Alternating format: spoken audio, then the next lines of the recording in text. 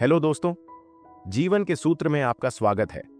आज हम एक ऐसी यात्रा की बात करेंगे जो शायद हम सभी ने महसूस की है, लेकिन कभी समझ नहीं पाए। एक ऐसी यात्रा जो हमें तोड़ती भी है और बनाती भी है। यह कहानी है उन चुनी हुई आत्माओं की जिन्हें भगवान चुनते हैं, ईश्वर के चुने हुए। एक अनोखी यात्रा। जीवन में जब हम बिना किसी वजह के पीड़ा से गुजरते हैं, जब हर दरवाजा बंद हो जाता है और जब हार का सामना बार बार करना पड़ता है, तो मन में यही सवाल आता है, क्या भगवान मुझसे नाराज हैं? लेकिन सच तो यह है कि यह समय भगवान से सबसे नजदीकी का होता है। आप चुन लिए गए हैं किसी बड़े काम के लिए, किसी गहरे आत्मिक बदलाव के लिए, एक ऐसी यात्रा के लिए जिसे आम इंसान कभी नहीं समझ सकता। जब ईश्वर किसी आत्मा को चुनते हैं तो सबसे पहले उसे संसार की मोह माया से दूर करते हैं। जिन चीजों से हमें सबसे ज्यादा लगाव होता है वही हमसे दूर कर दी जाती हैं। कभी रिश्तों में धोखा, कभी करियर में असफलता, तो कभी गहरा अकेलापन।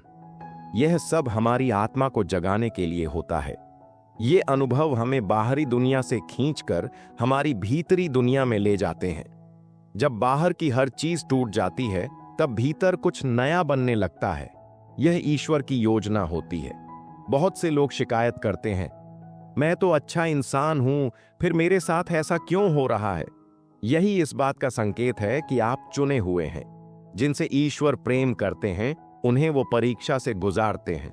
उनके जीवन को आराम और सुविधाओं से नहीं भरते, बल्कि ऐसे अनुभवों से भरते हैं जो आत्मा को विशाल बना दें, ताकि वह आत्मा दूसरों का दुख समझ सके, करुणा से भर सके और अंततः एक दिव्य मार्ग पर चल सके। ऐसे व्यक्ति को अक्सर समाज और परिवार से अस्वीकृति मिलती है। लोग उसे समझ नहीं पाते, दोस्त दूर हो जाते हैं, लेकिन यह सब उसे भीतर की यात्रा पर ले जाने के लिए होता है। वो जानता है कि बाहर से भले ही ये सब दुखद लगे, पर अंदर से उसकी आत्मा में कुछ जाग रहा है। उसकी संवेदनाएं गहरी हो रही हैं और उसका मौन अब शब्दों से कहीं ज्यादा बोलता है। ईश्वर जब किसी को चुनते हैं तो सबसे पहले उसके अहंकार की दीवारें गिराते हैं। वो व्यक्ति जो कभी खुद को शक्तिशाली समझता था, अचानक खुद को बेसहारा महसूस करने लगता है। यह ईश्वर की कृपा है, क्योंकि जब तक अहंकार नहीं टूटता, आत्मा मुक्त नहीं होती। जब हम रो रो कर कहते हैं, अब तू ही रास्ता दिखा, तब भगवान मुस्कुराते हैं। यही वो पल है जब हम अपने सबसे शुद्ध रूप में ईश्वर के सबसे करीब होते हैं। चुने हुए लोगों की यात्रा कठिन जरूर है, पर खूबसूरत भी है। उन्हें बार बार गिराया जाता है ताकि वे उठने की शक्ति को पहचान सकें। उन्हें बार बार अपमानित किया जाता है ताकि वे विनम्रता को जान सकें। उन्हें बार बार खोने दिया जाता है ताकि वे जान सकें कि सच्चा धन क्या है। और एक दिन जब वे सब कुछ हार चुके होते हैं, तभी उन्हें सच्चा आत्मज्ञान मिलता है। यह दुनिया अक्सर ऐसे व्यक्ति को गलत समझती है।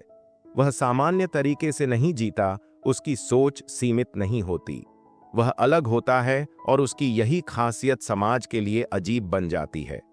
लेकिन उस व्यक्ति को अब परवाह नहीं होती, क्योंकि वह किसी और ही दिशा में बह रहा होता है, आत्मा की दिशा में।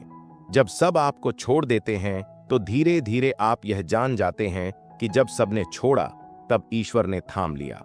अकेलेपन में आपको ईश्वर का साथ मिलने लगता है। एक ऐसा दोस्त जो हर समय आपके साथ है, बिना बोले, बिना शोर के। यह आत्मा अब बाहर की भीड़ भाड़ में नहीं, बल्कि भीतर के मौन में जीने लगती है। वह समझ जाती है कि इस दुनिया में कुछ भी स्थायी नहीं है, सिवाय उस चेतना के जो हर पल उसका मार्गदर्शन कर रही है। जब व्यक्ति यह जान जाता है कि वह ईश्वर द्वारा चुना गया है, तो उसके अंदर एक नई शक्ति जागती है। वह अब शिकायत नहीं करता, वह तकलीफों को अपने शिक्षक की तरह देखता है। हर दुख में कोई संदेश, हर असफलता में कोई संकेत और हर अकेलेपन में कोई अवसर ढूंढता है। यह नजरिया उसे एक साधक बना देता है। ईश्वर जिन्हें चुनते हैं उन्हें कभी आराम की जिंदगी नहीं देते, क्योंकि वे उन्हें साधारण नहीं बल्कि खास बनाना चाहते हैं। वे जानते हैं कि संघर्ष में ही चेतना जागती है, इसलिए उनके जीवन में बार बार संघर्ष आता है। कभी आर्थिक तंगी, कभी सेहत की समस्या, कभी रिश्तों की दरारें। लेकिन यह आत्मा इन सबको पार करके अंततः एक शांत और स्थिर अवस्था को प्राप्त कर लेती है। जब हम पीछे मुड़कर देखते हैं तो पाते हैं कि जो कुछ भी हुआ वह हमें एक ही दिशा में ले जा रहा था, ईश्वर की ओर। यह एक दिव्य योजना है जिसमें कोई भी घटना व्यर्थ नहीं होती। चुने हुए लोगों के जीवन में बार बार मृत्यु के अनुभव आते हैं, लेकिन शारीरिक मृत्यु नहीं, बल्कि अहंकार की, इच्छाओं की और पुराने विचारों की मृत्यु। वे बार बार खुद को खोते हैं और फिर से खुद को पाते हैं, हर बार और ज्यादा शुद्ध और सच्चे रूप में। उनका जीवन एक तपस्या बन जाता है। जब कोई व्यक्ति यह जान लेता है कि वह भगवान का चुना हुआ है तो वह डरता नहीं। वह जानता है कि उसकी सुरक्षा ईश्वर के हाथ में है।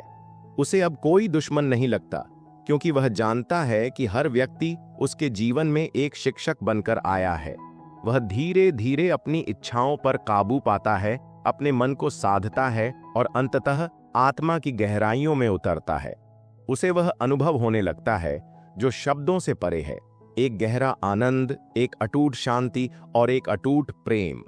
यही वो अनुभव है जिसके लिए आत्मा ने जन्म लिया था, और अंत में जब वह व्यक्ति पूर्ण रूप से समर्पण कर देता है, तब ईश्वर उसके माध्यम से कार्य करना शुरू कर देते हैं।